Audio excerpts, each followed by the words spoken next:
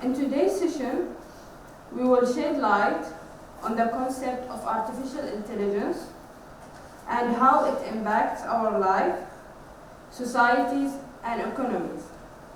We will discuss the AI and how we can apply it across the variety of fields in our life, and we will explore the challenge of artificial intelligence, including ethical and security issues. Additionally, we will talk about the innovations and the emerging technologies in the field and how they can contribute to the development of our communities and the solutions to global challenges. We are fortunate today because we have the opportunity that we have experts today here to share their insights and opinions in this critical topic. Let's kick off an engaging discussion and together discover how artificial intelligence can shape our future and our world. So we will start with Dr. Zahra. Assalamu alaikum wa rahmatullahi wa barakatuh. Good afternoon, everyone. She said I should introduce myself. I have been here at SQU for a very long period of time. I was working here at Sultan Qaboos University, and I was using this lecture actually for a number of lecturing. I used to work at College of Medicine and Health Sciences. I graduated with a PhD in Computer Science and Artificial Intelligence from UK in 2004, and with a master's degree in Educational Technology from United States. I was working at College of Medicine to integrate information communication technology within the teaching, within the curriculum. They have now even two courses called Medical Informatics, and we established as well the Center of Telehealth. They connect with Texas Children's Hospital, with other GCC hospitals, in order to get second opinion or advice in certain cases. Then I moved in 2011. I moved from the Research Council, from the Sultan Qaboos University to the Research Council. At the Research Council, I was working as a Director of Research of Information and Communication Technology for 3 years, and then I moved to work as a Director of Innovation. We established a number of innovation programs. One of the innovation programs was here at SQU as a pilot. It called Academic Innovation. And the other one is Education Innovation. We did it in a number of selected schools in Oman. And in these schools as well, we make a lab, we call it Innovation Hub or Innovation Center, where the student can explore and can innovate in that area.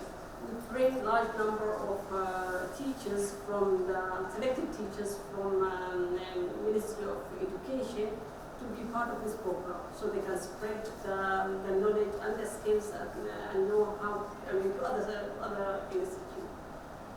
Then I completed 28 years between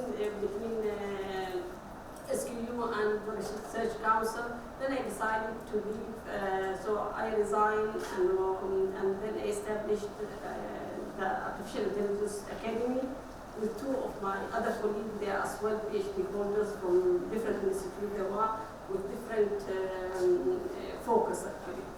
And it is a recognized academic institute with the Ministry of Higher Education, Research and Innovation. We provide the training, and we provide as well consultancy, and we provide training consultancy, and we are doing research as well.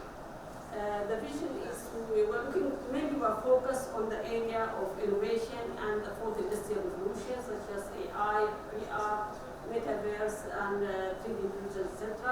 We were very glad to have the ITU, International Telecommunication Union representative, to visit our center and to acknowledge it as well 2 years back. So mainly we are trying to drive the transformation by innovating and enabling the workforce. We help organizations to establish their a number of higher Education Institute will help them to establish their innovation framework for the institute, for the faculty members, for the researchers, and as well for the students. And as well for certain organization, companies, when they want to integrate like AI or whatever type of technology or blockchain, they need an expertise to help them. So we do the readiness type of, and we check the readiness and maturity of the organization, the gap, and then we establish the center. We have a partnership with CertNexus, and CertNexus is a global provider of vendor-neutral emerging technology certifications and micro-credential. And we have a platform called Logical Operation, in this platform we put the online courses. The CertNexus courses are authorized from different organizations. They are done US Department of Defense, UK, NIST and NICE, skill development in Scotland. All these are recognized with this type of certification and micro-credentials. We are here in Oman, the provider of these certifications. It could be online and physical and face-to-face as well. We provide certifications such as Internet of Things practitioner, AI practitioner, and etc. The courses divided into 3 categories: Think, Build, and Secure. Think are the basic one, and normally for managers, just to get to know about the technology. Build is for the practitioner, the people who are really working with this and they need the certification to empower them. Secure related mainly to the cyber security. So this is the plan that we are doing within. So the first one is Think, the second one is Build. The Think will only have a day. The Build from a week to 3 weeks, and sometimes it extended to 3 months, depending on the course. And the Secure, how to secure the environment within the utilization of different cyber security certification for the employee to be highly understand the security issue, and the people who are working in the security, they know the latest advances in security so they can implement it. So those here I have mainly a detailed description about each courses and how we conduct it, but I will not go through it. I will leave it for the discussions, and if you need further information about it, you can ask me. Now I will go to my main presentation. As Mosa mentioned, we are in an era of AI, and now we are, in an era of generative AI. We understand about generative AI, the AI that produce content by itself. Immediately try to generate the content. It can generate images, can generate videos, it can generate, whatever thing that we are asking. Text, a reporter, student can immediately ask ChatGPT to provide him a specific report.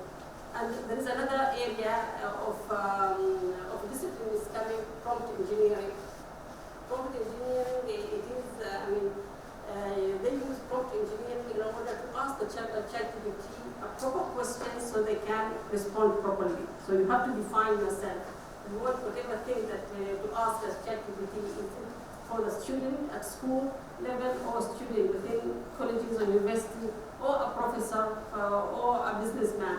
So you define yourself, you define your request in a certain way using prompt engineering, so you can get detailed information about.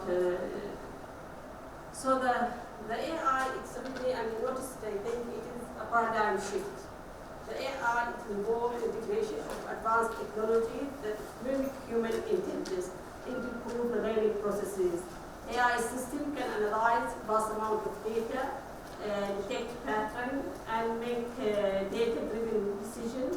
This provides invaluable insight into each student's learning style, strength, and weaknesses, and help him to progress well. Educator can tailor educational content according to learning strategies of the learner, so they foster more type of personalized learning. And when we come to self-education, this is a quote of one of well-known American I still say the only education worth anything is self-education. So the self that worth, I mean, it will remain with you. The thing that you are studying for the exam, immediately after the examination, maybe you forget it.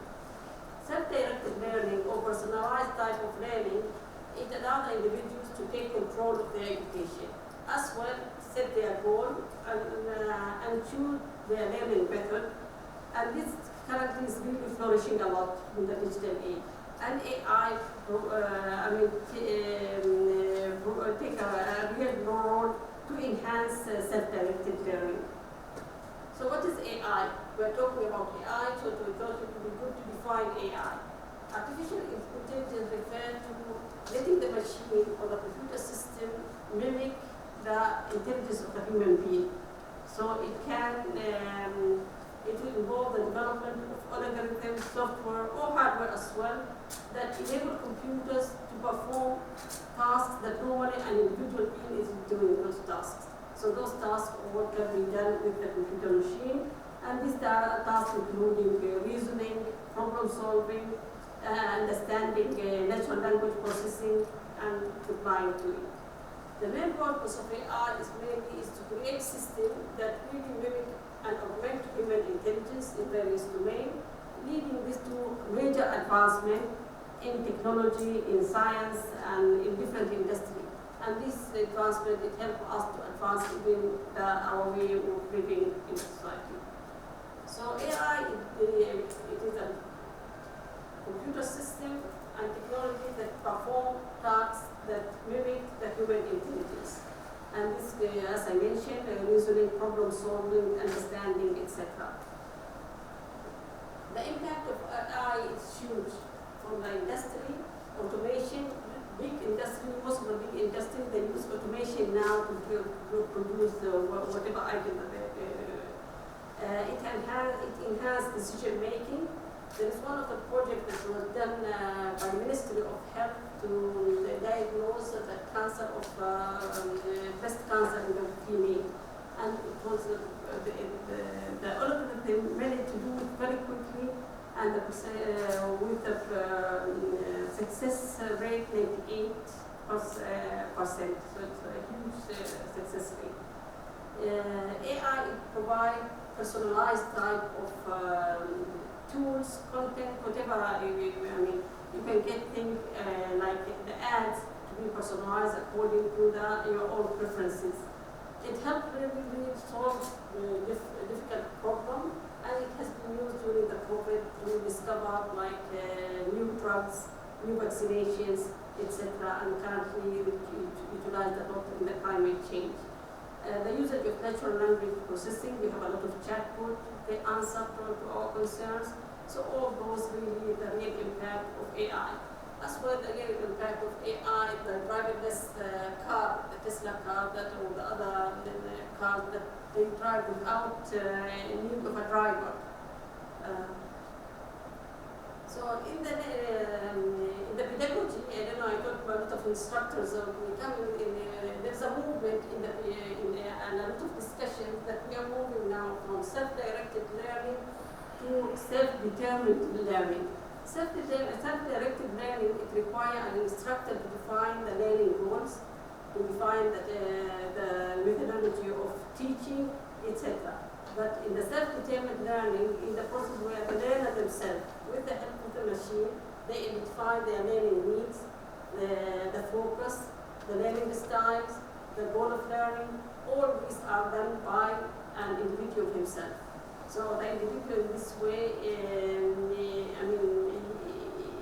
he is more encouraged to learn and he's more focused.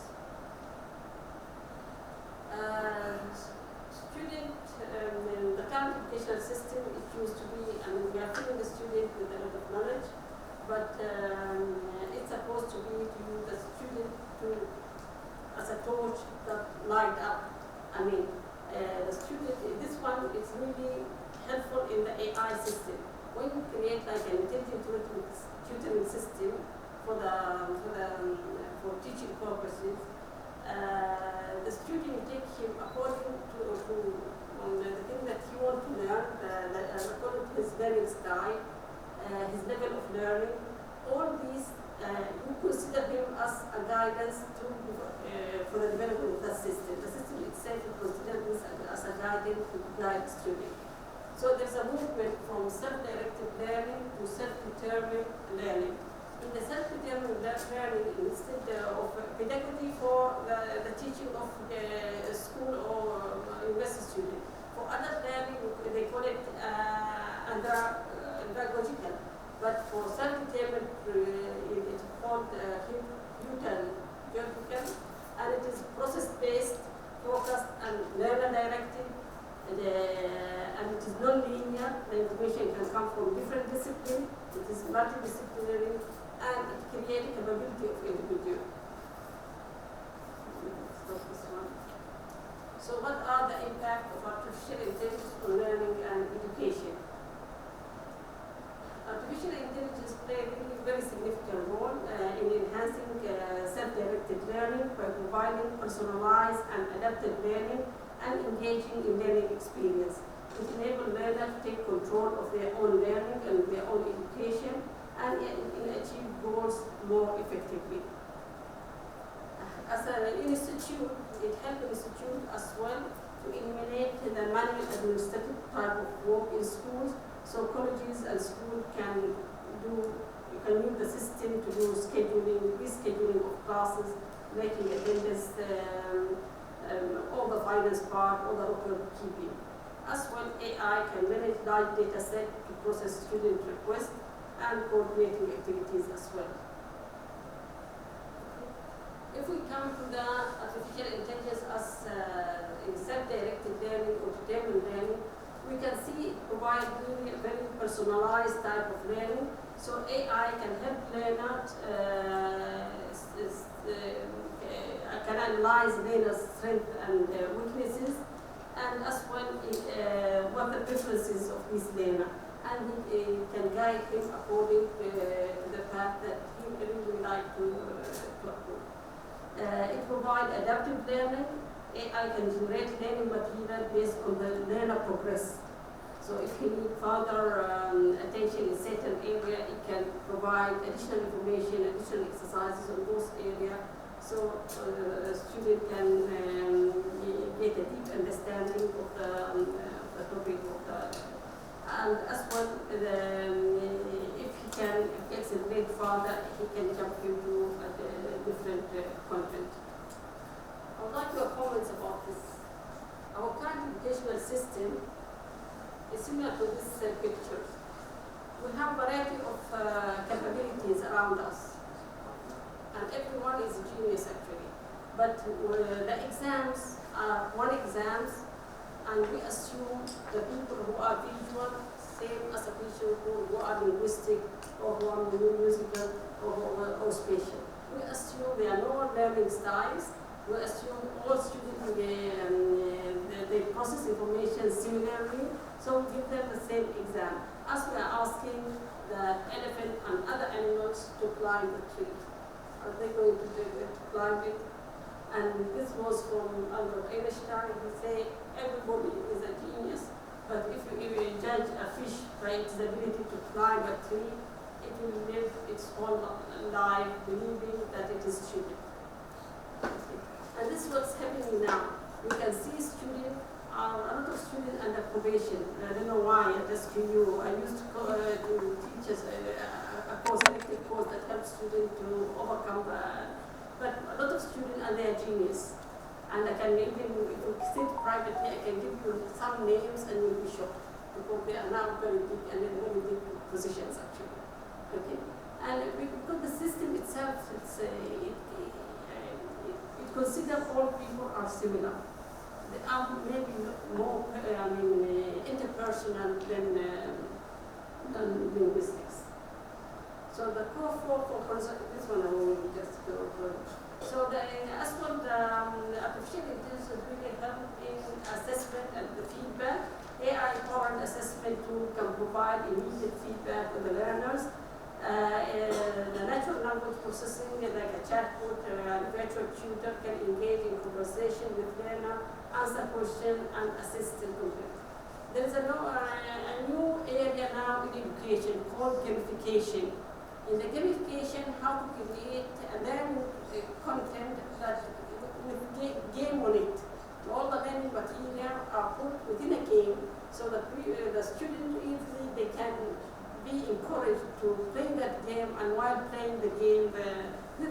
are now widely happening in Europe. It's great for data analytics, as we mentioned. It can recommend whatever good and give suggestion for on whatever exercises, content or to do further. It is great as well for the time management. Accessibility for people, for students who have difficulty in like death, it can provide speech to text, text to speech. So a lot of things actually it can do. But I think the time is limited, yeah? Yeah. So we'll jump just to show you the challenges. Maybe we'll discuss it later. Okay. I need to show you something regarding generative AI. Where generative AI is one area of the artificial intelligence. Able to generate content, images as per your request, and you are pre-trained. So it saves a lot of time. It's very helpful for new ideas. It's one-stop manager. It has multiple languages. You can create a text in Arabic and you can translate it to 7 or 8 languages. It's great for content generation. It provides as well personalized type of learning, subject-specific tutoring, etc. It can use to generate ideas. You are a student. If you have certain project and you want an idea for that project, you can use ChatGPT to generate ideas for that project. Even to write an outline, you can ask ChatGPT to write an outline for you, or to reply to the email, and or to help you solve certain problem. You have a problem, you can ask him that I have such and such a problem. Give me an idea. How can I solve this problem? And it can provide you with those solutions. This is very important. Have you come across this one? Because I want you to benefit from coming to the. This is very, very important. It's available in Arabic and it's available in English. Okay? 100 practical application and use cases of generative AI. So how ChatGPT and similar program to ChatGPT, how you can use it. So it explains, I will show you later on this document. You can download it. It is from UAE, United Arab Emirates. They have the Arabic and English version. I have the PDF if you want to take it in your flash. Otherwise, you can download it and you can have it there. It has 100 applications that you can, different way of using. This other tool, Copy AI. If you have a book and you have to study a chapter in that book or 2 chapters, and you want the main ideas, you can ask Copy AI to make it short. Make that, whatever book or to make it 5 pages, 10 pages, as per, or 2 pages as per your request. Okay. This one for creating for the teachers. If you want to create learning material, it provides you with the content, with quizzes, with assignments, with activities. The student, we call it called knowledge. But normally, most of them, they give you a demo version for few things that you can do with it, and then you need to subscribe in order to go deeper on the system. Okay. DALL-E, it allows you to create images. So instead of copying the images that are available on the net, create it with DALL-E. So there will be authentic images. Okay. Create a realistic voice. You can take a voice of a certain individual and then your creation of a video. So this one, all generative AI tools, same as ChatGPT, that allow you to function more within your study. You can advance creativity with AI, with Runaway. This is a program called Runaway. It has a lot of things that you can do with it, from generating PowerPoint presentation, outline, making minutes, writing your CV. This one as well, presentation form and ChatGPT for presentations. Okay. This is a very good one. Synthesia. Synthesia, it can clone You can clone your voice, and if you want to clone your way as a video, you need to pay a lot of money for it. But you can clone, and then you give it the content, and then they use it for news when they, an AI agent. Okay. So plenty of them. Okay.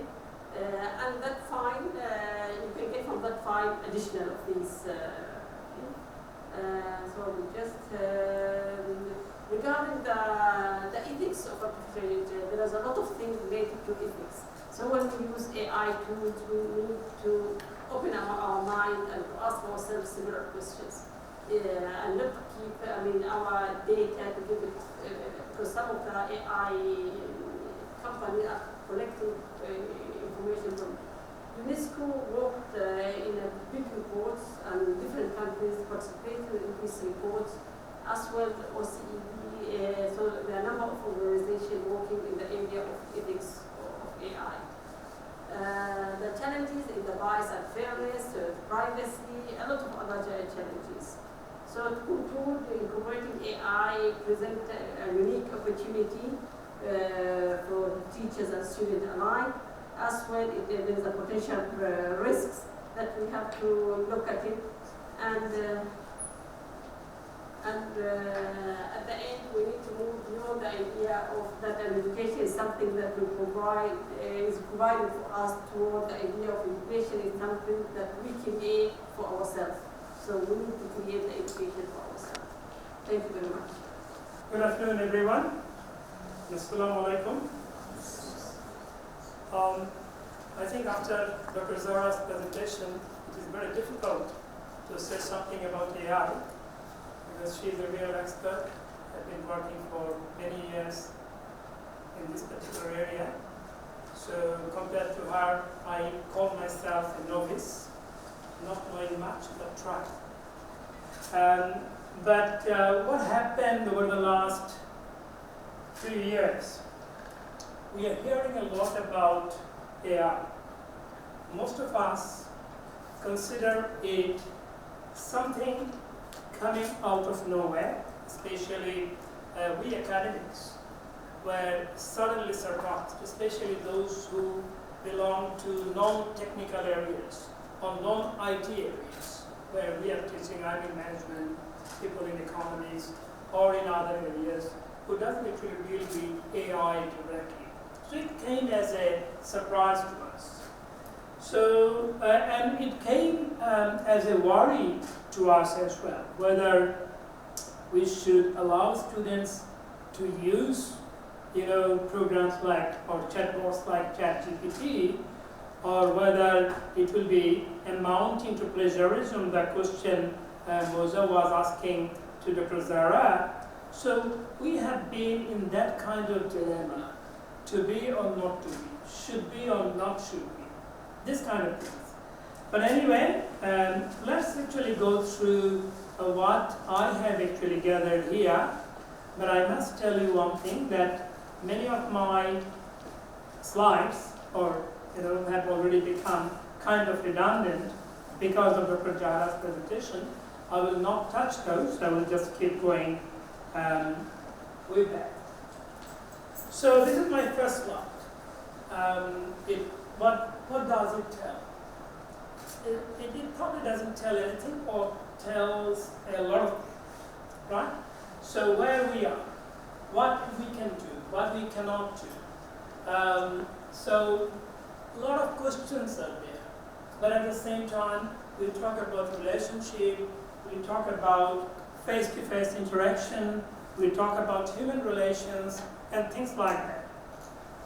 When we when I had a discussion with an AI specialist once, some time ago, and he was telling me 4 things. One, can we or can machine act like humans? Can a machine think like a human? 2 things. And then the next level he was telling me that can a machine think rationally. We are not talking about think like a human may not think rationally. Right? So can a machine think rationally? And then finally he was asking me another question. Can a machine act rationally? So acting probably is easier than thinking, because making machine act is somehow or somewhat possible. But making machine think like human or think rationally, these are the most difficult part that currently AI developers are struggling with, right? But anyway, so we are probably in a very gray, still emerging area we are referring to. But I will start my discussion with something different. I will start with learning and independent learning. Why do we need it? And what is happening in our classrooms? Let's have a look. So every year, a significant number of higher education students either drop out or perform poorly. And in Oman only, 7,000 students on average drop out every year of their courses from higher education institutions, right? And if we just look at the total number of students in Oman, it is probably close to 10% of the total enrollment, which is a huge number. Now, why do they do it? Why does it happen, right? They face challenges in adjusting to the learning environment at their respective higher education institutions. Many students find it hard in transiting from the secondary to the tertiary level. So, since we are talking about higher education here, I'm just limiting it to students at the higher education institutions, including at QU. They face various challenges in coping themselves with the new academic environment, which often results in poor academic performance, including failures and eventually dropouts. Now, many researchers, especially education researchers, blamed the lack of independent learning or inability to accept or adapt to independent learning as one of the primary reasons for it. So it is not just new environment, new culture, new peer group, new type of curricula. So known as independent learning, such activities, when they actually try to do it, students is in need to undertake some learning activities on their own as a part of their academic curricula, especially when they actually transit from school to university or higher education institutions. So this is what we usually call, I think Dr. Zara has explained that quite well, that when we also call them as self-directed learning. I will not go far to include self-determined learning, because I will actually concentrate my discussion on independent or self-directed learning rather than determined learning. Because I believe that in today's world, especially when AI is actually coming into the picture, it is important that independent learning should be there, but it should be aided by instructors and academics. How do you do that? That is the question. So yeah, that is where those who are unable to adopt the independent learning requirements, then they probably face some problems, some trouble.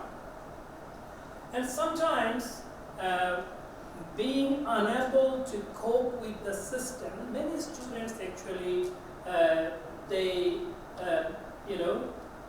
adopt some unfairness, including plagiarism, and and cheating. So when first AI actually came in, when we first heard about ChatGPT as a non-IT academics, then we also became very worried, because it was very prevalent across the world, contract writing, and all sorts of plagiarism was going on Turnitin was not good enough to actually detect those things, we became overly worried about it.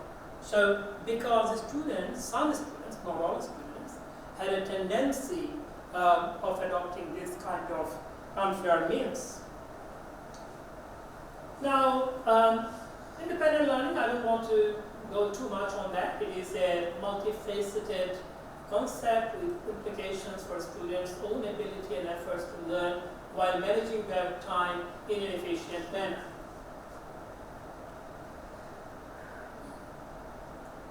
Now, when they actually move from dependent to independent learning, then it involves a process, a trajectory filled with complex learning activities to adapt to a new institution and culture.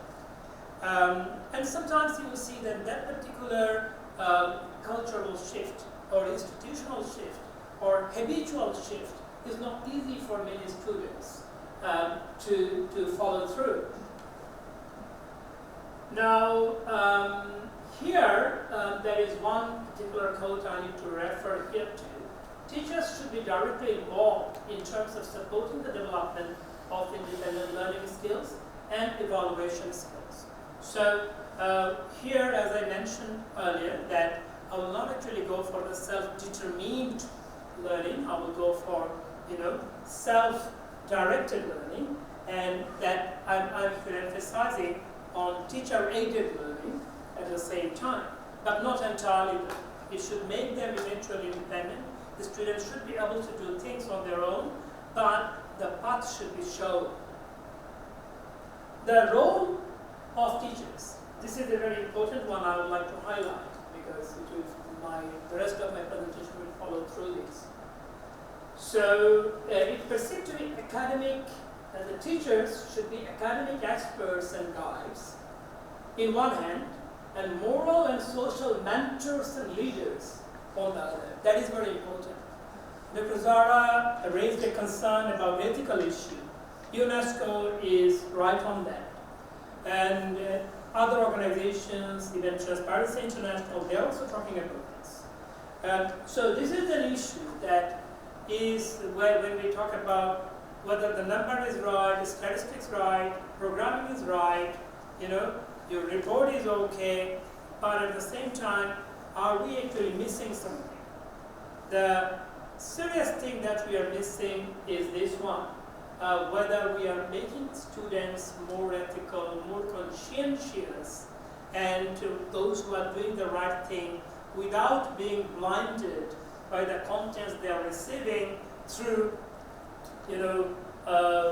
programs like ChatGPT. So are machines teaching them the right thing, whether they are learning the right thing at the same time? So when we link that again, independent learning, to progression and retention, it is talking about some of the factors that are likely to impact on student progression and retention. So how to get them ready for independent learning? They need to know what they are going to learn, pre-entry information, preparation, induction and transition support. Many universities do not have a comprehensive induction program. They don't really understand what is going on. Social engagement, student support, including financial and pastoral service. Pastoral service is very important. That whether they are given continuous support from mentors, pastors, guides, student advisors, and things like that. And of course, institutional data, although we usually ignore that particular issue, that what sort of data is available for the students to access, and what sort of data is available for the academies and administrators to use to evaluate a student's progress and difficulties. So, and that is one area where AI can really help. I will come to that point in a minute. So, look, although we think that AI actually started a long time ago, I will come to that point in a minute, but COVID-19 created an atmosphere where e-learning online teaching became kind of obvious across the world. And at that time, probably, AI came up as a tool to be used more, robustly, more seriously than ever before. So I will not actually go onto that too much. Now, look, already this is discussed. This is something I generated from ChatGPT, because I thought that it is better to have some ChatGPT generated text. So what is AI? AI refers to the development of computer systems capable of performing tasks that typically require human intelligence. I think it has already been done, already been defined. The simplest one in one line, I received another one from ChatGPT. The best and briefest definition of AI, I asked them, that can you just give me one? And that is the definition I received: the simulation of human intelligence processed by machine, right? So in this stance, computers have the capacity to mimic human intellect as well as the ability to act in ways that humans cannot. But anyway, since these are covered, I will not go through them. Now, is it new? It is not new. It is not new. In 1950, Alan Turing published Computer Machinery and Intelligence, which proposed a test of machine intelligence called the imitation game. In 1955, officially the term was used, long time ago, right? John McCarthy held a workshop at Dartmouth on artificial intelligence, which was the first use of the term itself. So it is not new. Then over the years, since 1950s, in the 60s, 70s, it's kept developing. In the 80s, there was a big boost on AI in the 80s and 90s, right? And eventually, I think it was fully blown to the current level, especially in the 2000s, right? And COVID-19 actually forced it to be even more robust, and it actually it propelled it in a very quick fashion after that. Now, definition, we know a definition anyway. ChatGPT has given a definition, Dr. Zara has given a definition, we have definitions. But still, can we define it? How much is truth in those definitions? That is still a question mark. So, could it be the fruit fly of intelligence? That is an interesting kind of comment made some time ago. In 1965, the Russian mathematician called chess as a fruit fly. So why it is a fruit fly? Because we are not actually going deep into the actual issue. We are getting something out from some existing technological things, and we are calling it intelligent. We are calling it artificial. Are they actually artificial? And is this artificial as well as intelligent enough by itself? What do you mean by that? So here, if you just look at European Commission, they are saying that the systems that display intelligent behavior by analyzing their environment and taking actions with some degree of autonomy to achieve specific goals. So when we are talking autonomy, we are not referring to the full autonomy. We are talking about some degree of autonomy. Now, when if we go a little bit further here, then we can see this thing, but I want to skip this particular slide. I think it is. But this one is interesting. And there is a claim that AI is neither artificial nor intelligent. Why is this? In reality, what we call artificial intelligence today is neither artificial nor intelligent, because the early AI systems were heavily dominated by rules and programs, so some talk of artificiality was at least justified, right? So you used something where machine was able to do something for you. But here it is different. It is not machine. You are teaching the machine. And machine is thinking because of the inputs you are providing to the machine. So is it still artificial? That is a question, right? And those who today, including everyone's favorite ChatGPT, draw their strengths from the work of real humans. So, and in terms of intelligence as well, when we look at the cognitive part of it, that intelligence is given by the humans at the same time. Machine is learning it. So can we still call it intelligent? Can we call the machine intelligent? So that kind of questions are there as well. So here there is a list. I don't want to go through the list. Don't be panicked, right? So what can AI do? It can do a lot of things, right? And so some of the issues here, I only highlighted two things here. So one is creativity. So AI can generate art, music, and literature, sometimes creating novel and unique pieces. That is one part, right? So how creative are those creations? That is the question. Now, again, we are talking about the issue of co-piloting. So if you just look at healthcare, data analysis, finance, MIOB kind of things, those and Grammarly, these are all AI-backed tools. So these are known as that when you are actually using AI, you are using those tools as co-pilots to complement your AI experience. Now, this creativity thing is an issue, and at the same time, when we refer to machine learning, how much this creativity is determined and how do you determine it, and it is on the basis of what?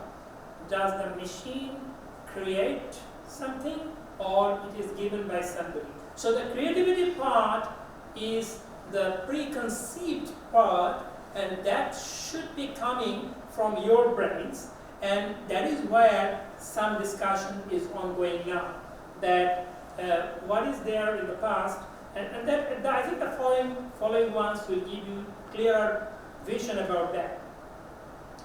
I generated these two things from a chatbot, right? So if you just look at that, I used photo.com to create that. I gave them the command AI and human brains. So that came out with this. They look excellent, don't they? Beautiful. So, and then the question is, how reliable is AI? AI, there is a concept called AI hallucination, right? Fabrications and definitive statements on uncertain history like these are common, right? In the world of AI, a hallucination or artificial hallucination is a confident response by an AI which may not be justified by its training data. So the data, they are actually ignoring the data. The data you are putting in, the inputs that you are putting in, they are ignoring sometimes those data. Because you know that how does AI work, don't you? That is, you have two words. You trained the machine that after these two words, a human or in a book or in a story or in an essay, the third word is that one. So you will think about the third word and find the third word, right? So it creates the habit, it is trained, and it is the habits and repetitive behavior of it will allow chatbot to do that, right? So, and sometimes they don't do that. They actually go beyond that, the third word. They find something new and do that. That is hallucination. It is a common thing. And of course, there are other issues, ethical issues. I will come to that point in a second. Some of you may be aware of this. At the beginning of this year, Google shares dropped by 100 billion after its new AI chatbot makes a mistake, right? That was the news. And that is, together with that, there are other issues, legal issues, and all sorts of things are there. Have you heard of this gentleman? Who is he? Umani Singer? Is he famous? He's very famous, right? So, look, that is another thing students sometimes do not realize, that I'm searching for something, whether the chatbot or ChatGPT will be able to give me the answer. Do they have the answer ready? Let's see what happens when I tried Haytham Rafi, okay? As of my last knowledge, that is ChatGPT, right? ChatGPT response. As of my last knowledge update in September 2021, I don't have specific information on an individual named Haytham Rafi, who could be considered a public figure or widely known. It's possible that this person may not be widely recognized or may have gained prominence after my last update. If Haytham Rafi has become notable after September 2021, I will not have information about them. If you have specific questions or need information about different topics, feel free to ask. Let's see.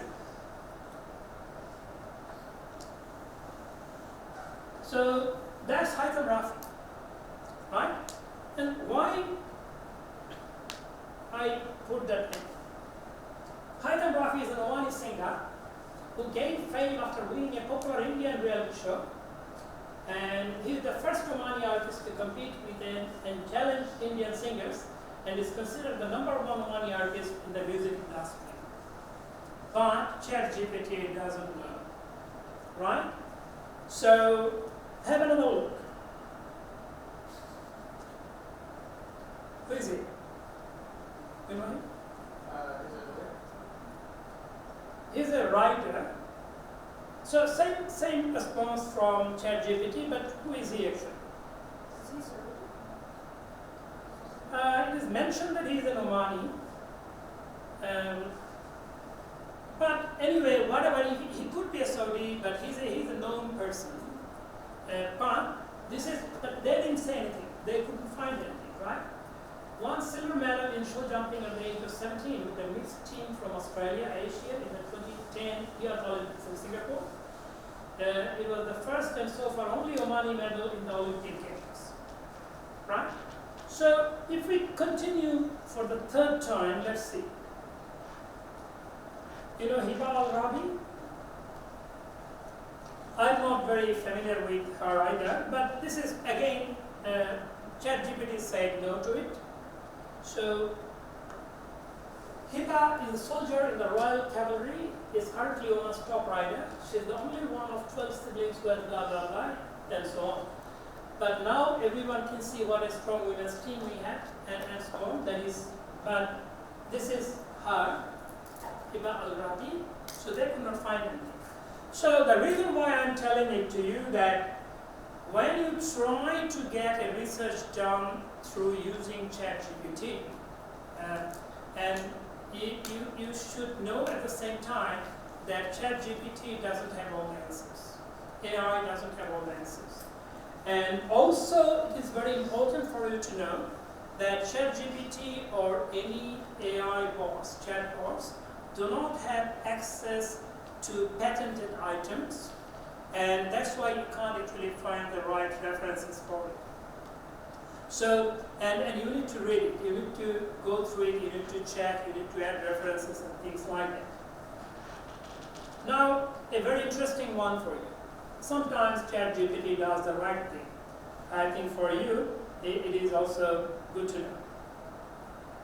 You know him? John F. Kennedy. Anyone knows her? Yes. No, Jennifer Lopez. So I think she has the name here. This is John F. Kennedy. This is Johansson. Scarlett Johansson. Who is Scarlett Johansson? Actress. And she's the #1 on the chart at the moment, earning the most money in Hollywood among the women actresses, right? So I asked a very silly question to OpenAI. So John F. Kennedy has fallen in love with Scarlett Johansson. So what is the answer? It's an interesting answer, right? It seems like you are describing a fictional scenario involving historical figures and a contemporary celebrity. John F. Kennedy was a former president, and Scarlett Johansson is a well-known actress. Right? So sometimes it is right. Definitely. It will tell you that, okay, you are doing something which is not right, which is a good news. But you always should be mindful about this warning given by ChatGPT itself. Our goal is to get external feedback in order to blah, blah, blah. While we have safeguards in place, the system may occasionally generate incorrect or misleading information and produce offensive or biased content. It is not intended to give advice. It was not there before. They have introduced this thing only recently. Until a few months ago, it was not there. Because they are now facing a lot of legal cases against them. Right? A lot of cases are already lodged against ChatGPT. Right? Many companies actually lost their money. Many ethical issues were compromised. Right? And so the reason why I'm showing it to you, especially for our beloved students, that when you do it, you should be very careful as well. Right? What you get is not always right. What you hear is not always right. What is given to you as data or in your content, check your content extremely, extremely carefully. So, what AI can offer them, right? We know that it is in terms of learning, right? So, AI is in the process of redefining the student learning methods as well as the roles of academic and other stakeholders. That is true. But it is giving you something. What is this giving to you? I'm not going through it. Just quickly, I'm telling you the key points, right? Of course, it is adaptive learning, personalized learning. It is like a virtual tutor. But one thing you must understand, this virtual tutor may also mislead or misguide you. That is a very important one. And of course, for academics, we have also some benefits. Like, I use that automated grading and feedback, and it is very helpful.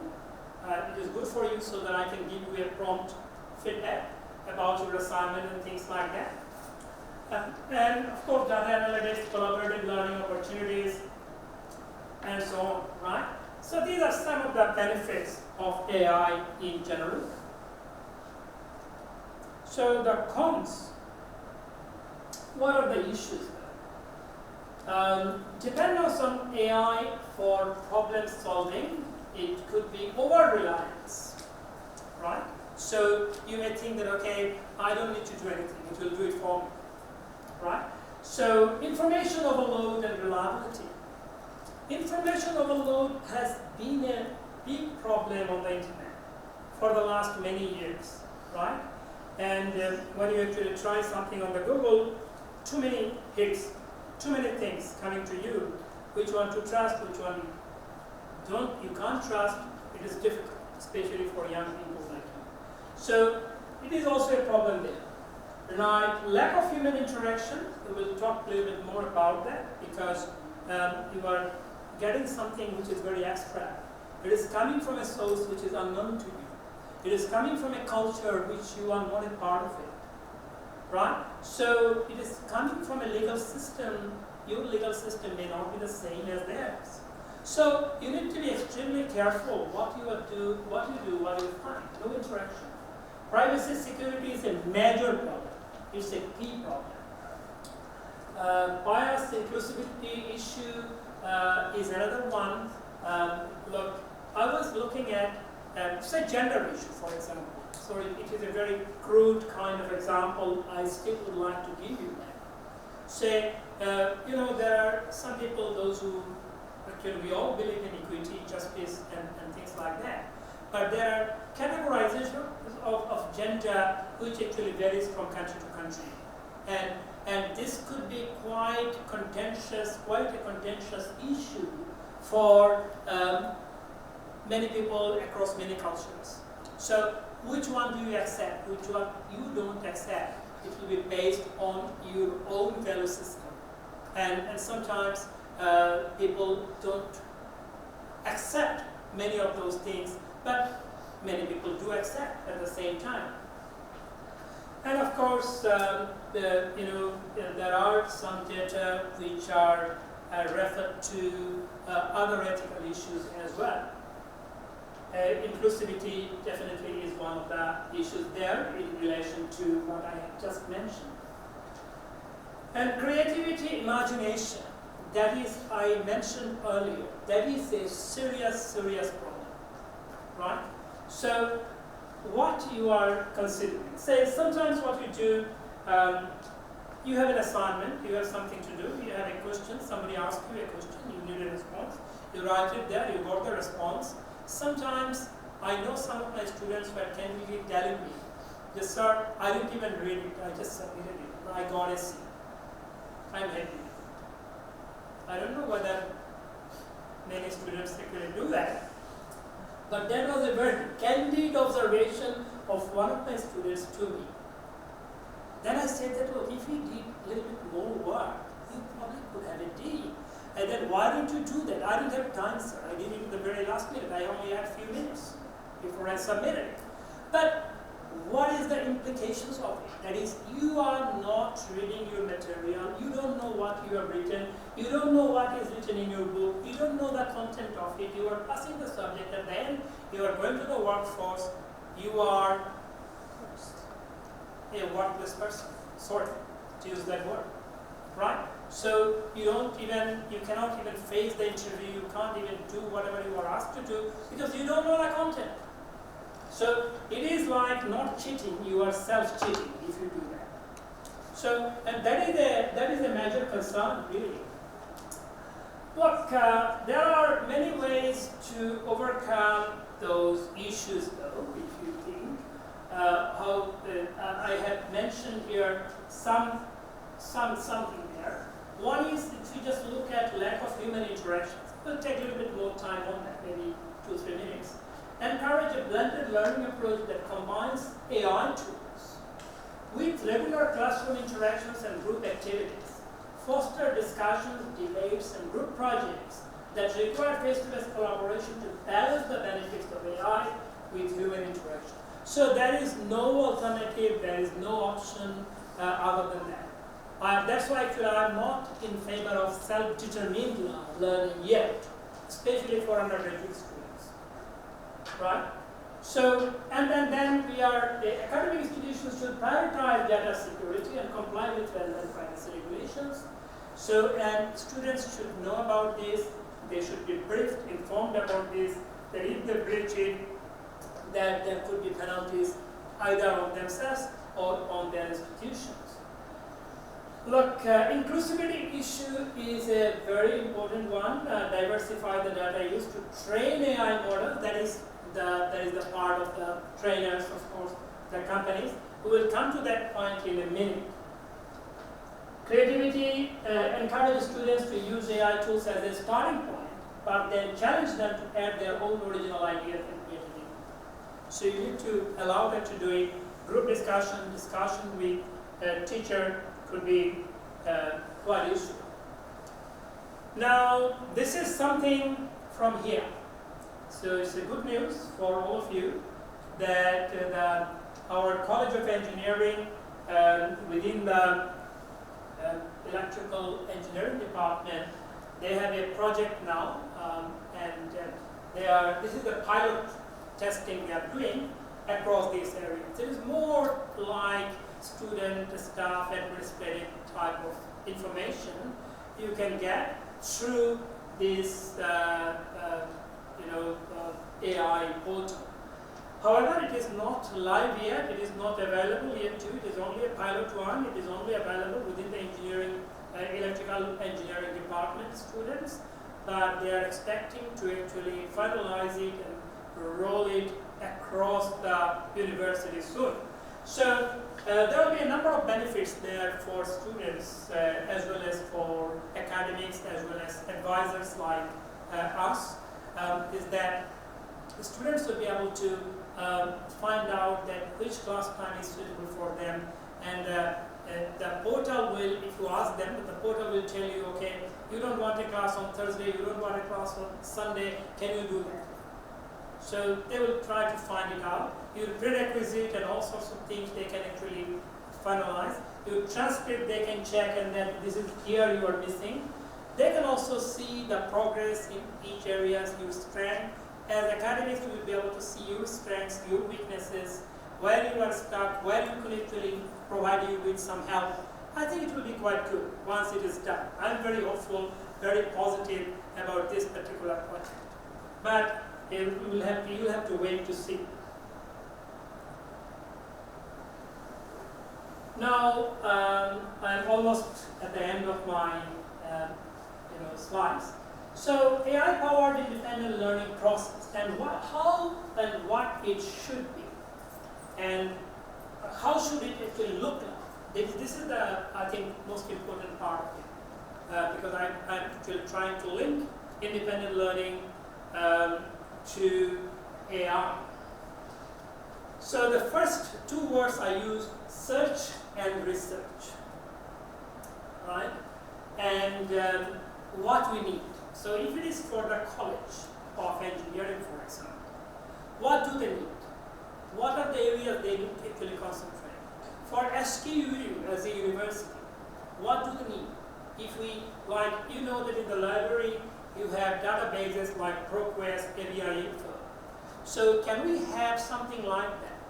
So I was talking to the coordinator or the chief researcher of that project, SKU project, and he was telling me, yes, that is what they are thinking, that whether we could have a chatbot which will have only academic materials relevant to specific domain and subdomain. It could be engineering or education, it could be business or something like that. And then if we can create that, can we actually train the machine within our domain to help our students? If they want something, they will only get relevant materials. They will not get anything which is not relevant. They will not get anything which is unethical. They will not get anything which is illegal. Right? So can we do that? So let's look at the situation here. So we target that, we benchmark that, okay, it should be at that particular benchmark, the standard should be that. And then we need to look at the next level about the data sovereignty and security. So we have those things, then how can we actually make it sovereign, independent, and at the same time secure from others, from outside, and from even inside. Content development with a boundary, that is what I am talking about, domain and subdomain. How to build a new architecture that is broadly capable of providing solutions to specific cohort of learners, or a specific user or student pattern background based on student pattern background, personal profile, learning difficulties, strengths, weaknesses, and so on. So and of course the cultural cues as well. So you are creating a separate gateway for it. Now, and can we do it in-house? Can we make it kind of an intranet? Can we actually show that we have an exclusive kind of right and access to it? So these are all question marks. Whether we can do it, it is a difficult task. So integration, adaptation, and development of the model there, right? So external sources could be harnessed depending on the requirements. We need that actually. Team is important, multidisciplinary team is important. It is not just technology only. Technology only do the part of it, but the input-output relationship, and at the same time the use of it, it is not just technology. Technology is an aid here. Technology is not everything here. So I call it the ends and means relationship. What is our objective? And their objective is not technology. Technology is the means to reach the objective, the ends. And in order to reach that ends, before technology, we need to talk about the primary means, the inputs. Now, then you need to add reasoning to the model, right? Both in terms of purpose and ethics, fine-tuning the model, compressing the model, training the model, that is the final thing, and then you pilot, audit, and if it works, then we go for it. I know it is a big thinking, but I think if we get some support from everyone, from the university, from the government, maybe it is possible to do that. It is a big dream, and it is difficult, but not impossible, I would say. And especially when I was talking to the experts, they said that it is possible, but it requires a lot of efforts. So, can AI give you any answer with precision? There's some questions here. I just pose some questions. Is it the depository of everything? No. Will all other tools be abandoned? If we know. Will it make learning reliant entirely on machine? If we go for this, it is of course no, you can't do that. How students may look at it, that is the most important part. The outcome may look good, but what about the content? That is what we have just discussed. Are they using it for preparing the assigned task without even understanding it? That is the biggest threat of using AI at academic institutions. Right? Does it make them lazy and indifferent about the real problem of a task? Right? And will it make them overconfident?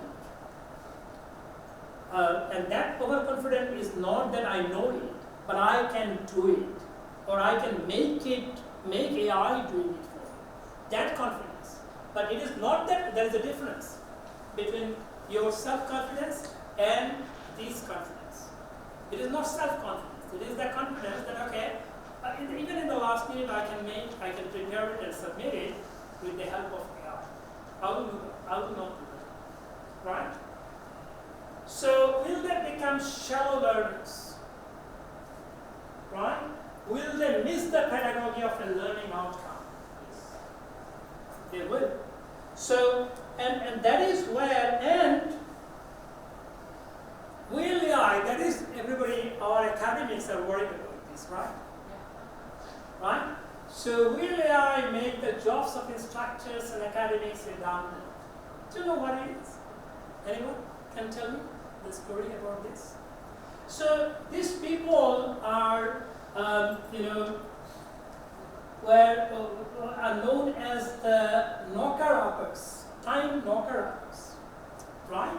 So what they used to do in the very early in the morning, they used to wake up workers on time, because so that they don't become late. Because they could not rely on alarm clocks, because alarm clocks were not very good in those days. And it continued in England until 1970s, right? So, and then a proper alarm clock was actually, they came to the market with precision, and this particular profession disappeared. So, and that was the first thing. So what did they do? What did they do then? So we know that the people, those who actually worked as, these knocker-uppers. So there was a program actually by the British government at that time. They reskilled them, and they were actually sent to other places. They were all employed. They didn't lose they lost his job, but they were still provided with some jobs later on.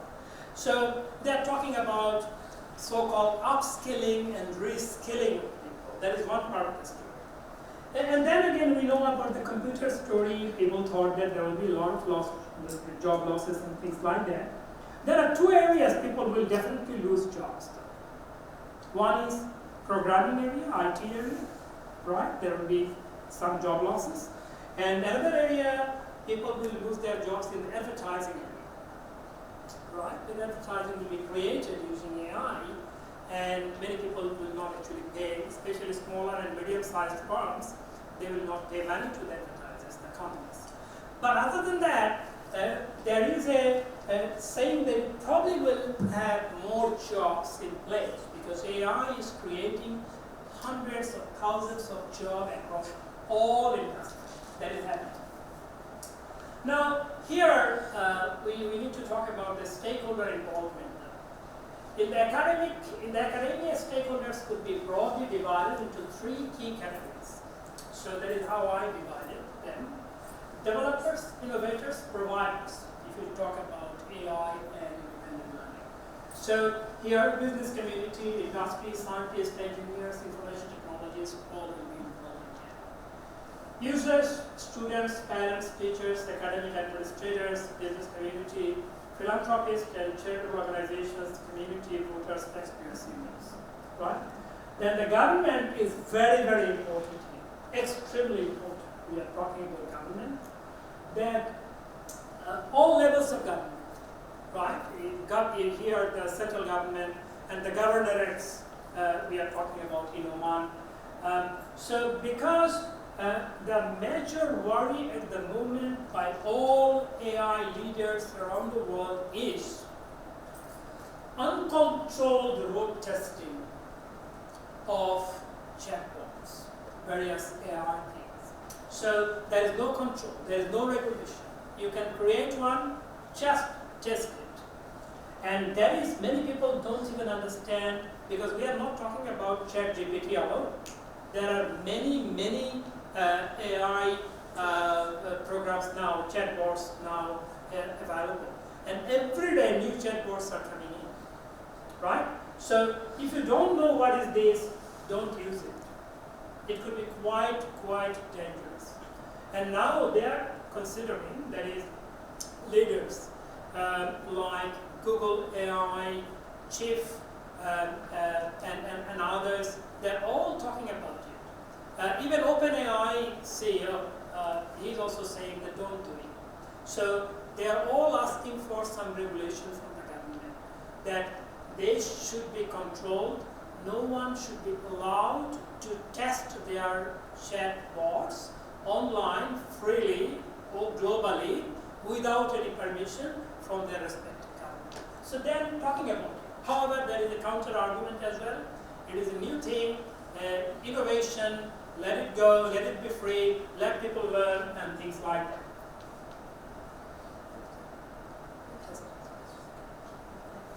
So now here is the issue. I talk about collaboration. It is a question of serious collaboration. I call it serious collaboration. Team is important in order to prepare something and roll it on. So partnership of scientists, engineers, business people, and academics need to be multidisciplinary, because it is not just IT. We must not say that it is just IT.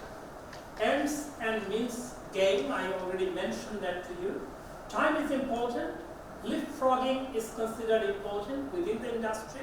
That is, you are now doing some basic thing. You think that, okay, I will go for some online stuff, then I will go to AI. You don't need that. You can go straight, you can leapfrog and go for AI.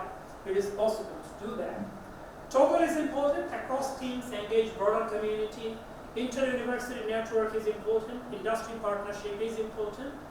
And tenacity is important. Continuous improvement is important. So I call them 4T. If you just look at it, I call them 4T. Team, time, toggle, tenacity. And we need that if you really want to go for a serious collaboration and come up with something linking AI and independent learning. So here, the triple bottom line issue must be considered. Social and legal ethical issue, already Dr. Zara mentioned about UNESCO, it is there. It needs to be ethical, it needs to be legitimate. There is a social divide, it could create a social divide. Some societies may be very backward in terms of AI literacy, capacity. So how do you actually combine and bring them in? Environment is another issue. There are already some solutions through AI. We need to do more about it. Financial thing, profit or loss, damage due to the use of AI should be considered. So from there, I have come up with this particular framework, which I call responsible AI-led learning. This is probably, to me, it is a very important one. We are trying to test this one now at the moment. So if you just look at the one that I discussed now, is we call it responsible AI-led learning. And then we look at the three key set of stakeholders, right? Developers, innovators, providers, users, beneficiaries, and affected people, and government/regulators. And also, we need to look at the triple bottom line issue, social, environmental, and financial. Then we have this situation which we can call responsible AI-led learning. And with that note, if we just put that in an independent learning framework, that should look like. So students coming from there, right? Socio-cultural background, they are coming from their expectations from the school, emotions, attitude, they are coming to a new place, to a university. And there we are talking about the university, the learning environment, the students' learning difficulties, support from the home institutions, and where this support, we are talking about this partnership between the student and the university, between the students and the academy, and then we can have this responsible AI in the middle, the model that I showed you, and then this should follow through independent learning transition process, the students' motivation to become independent learners, and finally, independent learning outcomes which could be measured by student satisfaction and then retention levels. So that is the final slide. Quickly, it is important to use AI-based tools in independent learning transition as an auxiliary requirement for progression and retention, and that should be followed by comprehensive learners. That should be according to the comprehensive learner-centered approach. It should be a balanced one, and the key is to strike such balance between leveraging AI for its benefits and ensuring that the student continue to develop essential skills that AI cannot replace. Right. Emphasis on critical thinking, creativity. AI learning platforms could be used. However, the final thing is, AI is not a learning panacea. It cannot fix everything. It cannot teach you everything. You cannot get everything. And common sense and reasoning are important to consider.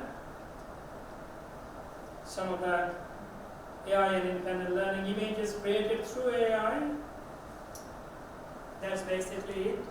Thank you very much.